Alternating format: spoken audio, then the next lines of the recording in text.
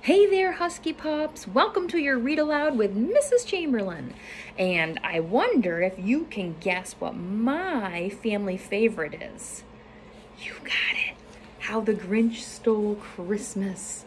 And this book, boys and girls, was mine when I was a little girl. So you can tell that it's well loved and well read.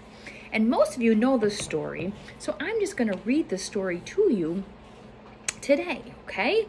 How the Grinch Stole Christmas by Dr. Seuss. Every Who down in Whoville liked Christmas a lot. But the Grinch, who lived just north of Whoville, did not. The Grinch hated Christmas, the whole Christmas season. Now please don't ask why, 'cause no one quite knows the reason. It could be his head wasn't screwed on just right. It could be perhaps his shoes were too tight. But I think that the most likely reason of all may have been his heart was 2 sizes too small. Oh, that Grinch. But whatever the reason, his heart or his shoes, he stood there on Christmas Eve, hating the Whos, staring down from his cave with a sour, Grinchy frown at the warm lighted windows below in the town. For he knew every Who down in Whoville beneath was busy now hanging a mistletoe wreath. And they're hanging their stockings, he snarled with a sneer. Tomorrow is Christmas, it's practically here. Then he growled with his Grinch fingers, nervously drumming. I must find a way to stop Christmas from coming. For tomorrow, he knew, all the Who girls and boys would make bright and early. They'd rush for their toys, and then all the noise. That's one thing he hated. The noise.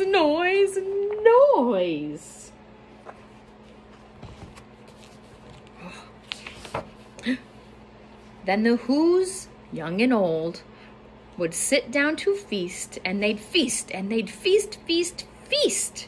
They would feast on Who pudding and rare Who roast beast, which was something the Grinch couldn't stand in the least.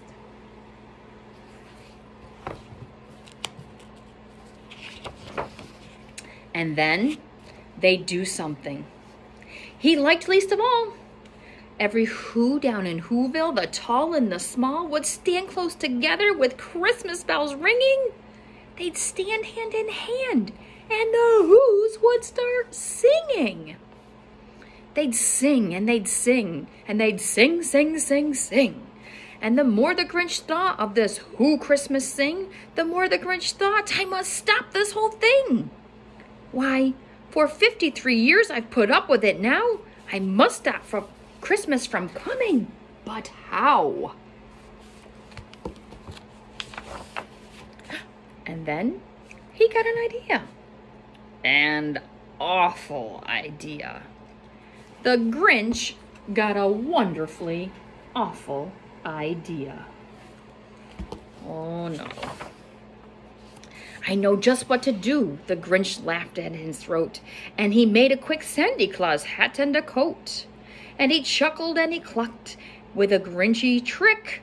With his coat and his hat, I look just like Saint Nick. All I need is a reindeer. The Grinch looked around. But since reindeer are scarce, there were none to be found. Did that stop the old Grinch? No. The Grinch simply said, if I can't find one, I'll make one instead. So he called his dog Max, and he took some red thread, and he tied a big horn on the top of his head. Poor old Max. Then he loaded some bags and some empty sacks on a ramshackle sleigh, and he hitched up old Max. Then the Grinch said, giddy up! And the sleigh started down toward the homes where the Whos lay a snooze in their town. All their windows were dark, quiet snow filled the air. All the Whos were all dreaming sweet dreams without care.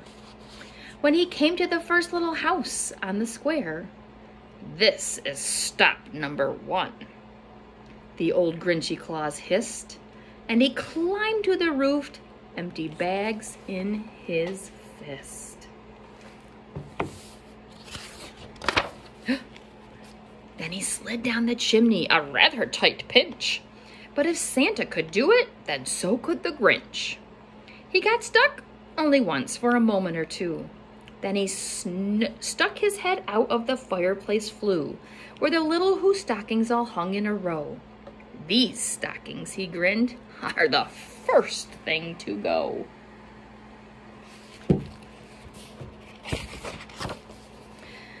Then he slithered and slunk with a smile most unpleasant around the whole room, and he took every present.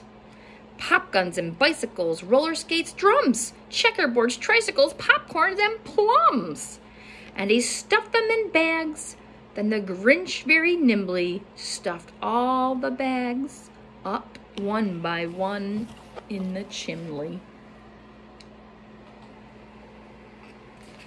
Oh, that Grinch.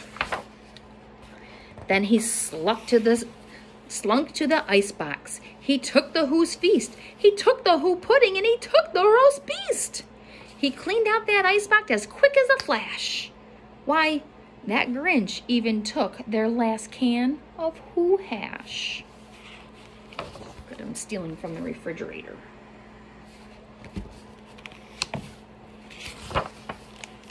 Then he stuffed up the food up the chimney with glee. "And now," grinned the Grinch, "I will stuff up the tree." And the Grinch grabbed the tree and he started to shove when he heard a small sound like a coo or a dove. He turned around fast and he saw a small Who, little Cindy Lou who was no more than 2. The Grinch had been caught by his tiny Who daughter, who'd got out of bed for a cup of cold water. She stared at the Grinch and said, "Santa Claus, why are you taking our Christmas tree? Why?" But you know that old Grinch was so smart and so slick, he thought up a lie, and he thought up it quick. "Why, my sweet little tot," the fake Santa Claus lied, "there's a light on this tree that won't light on one side. So I'm taking it home to my workshop, my dear. I'll fix it up here, and then I'll bring it back." And his fib fooled the child. Then he patted her head, and he got her a drink, and he sent her off to bed. And when Cindy Lou Who went to bed with her cup, he went to the chimney and stuffed the tree up. I don't know, Mr. Grinch. Then the last thing he took was the log from their fire. Then he went up the chimney himself, the old liar. On their walls he left nothing but hooks and some wire. And the one speck of food that he left in the house was a crumb that was even too small for a mouse.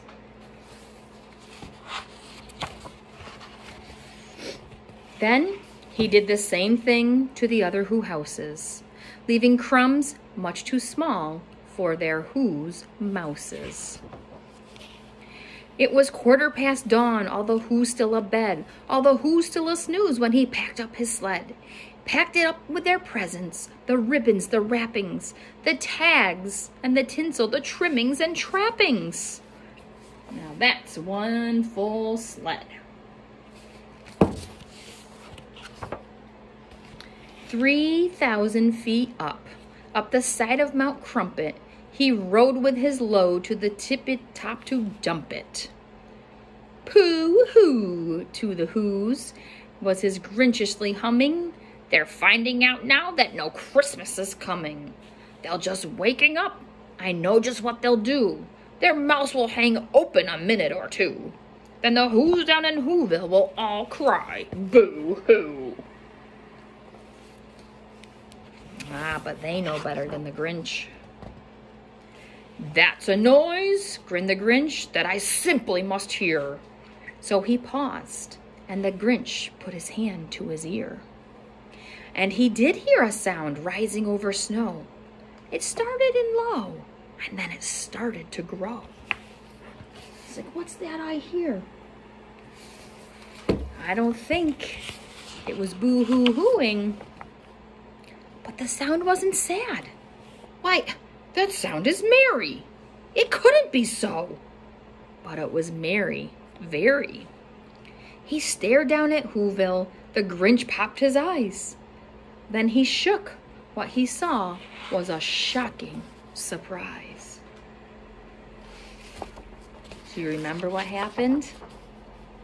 Every Who down in Whoville, the tall and the small, was singing without presents at all.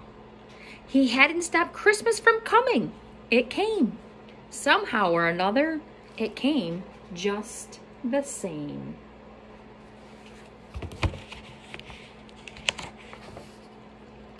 And the Grinch, with his Grinch feet ice cold in the snow, stood puzzling and puzzling. How could it be so? It came without ribbons, it came without tags, it came without packages, boxes, or bags.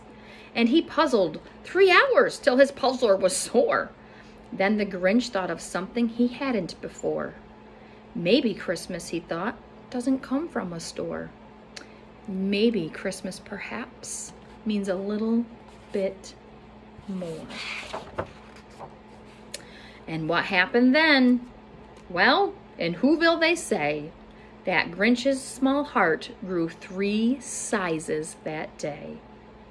And the minute his heart didn't feel quite so right, he whizzed with his load through the bright morning light. And he brought back the toys, the food for the feast, and he himself, the Grinch, carved the roast beast. So remember, boys and girls, Christmas isn't always about the presents and things. Christmas is about many, many more. Have a good one.